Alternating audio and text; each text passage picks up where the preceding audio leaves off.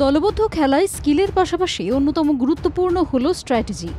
খেলার মাঝে যদি বাধা আসে তখন পথ দেখায় সেই স্ট্র্যাটেজি। বাংলাদেশ বনাম আফগানিস্তান ম্যাচে এমনই ঘটনা ধরা পড়ল, যা অন্যতম আলোচ্য বিষয় হয়ে উঠেছে।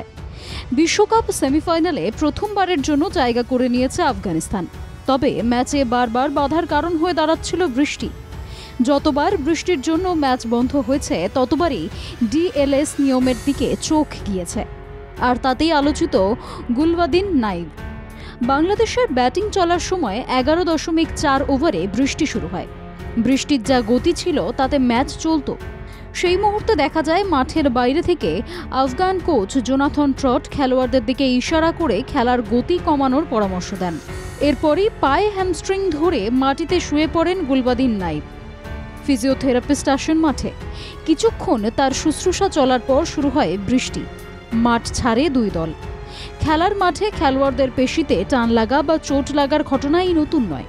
তবে এখানে যে প্রশ্ন বারবার উঠছে তা হলো, বৃষ্টি শুরুর আগে বাংলাদেশ যদি আরও রান করতে পারত তাহলে সুবিধাজনক অবস্থায় থাকত। হিসাব অনুযায়ী 11.4 বাদে বাংলাদেশের রান যদি 83 হতো তাহলে ডিএলএস নিয়মে তারা জিতে যেত।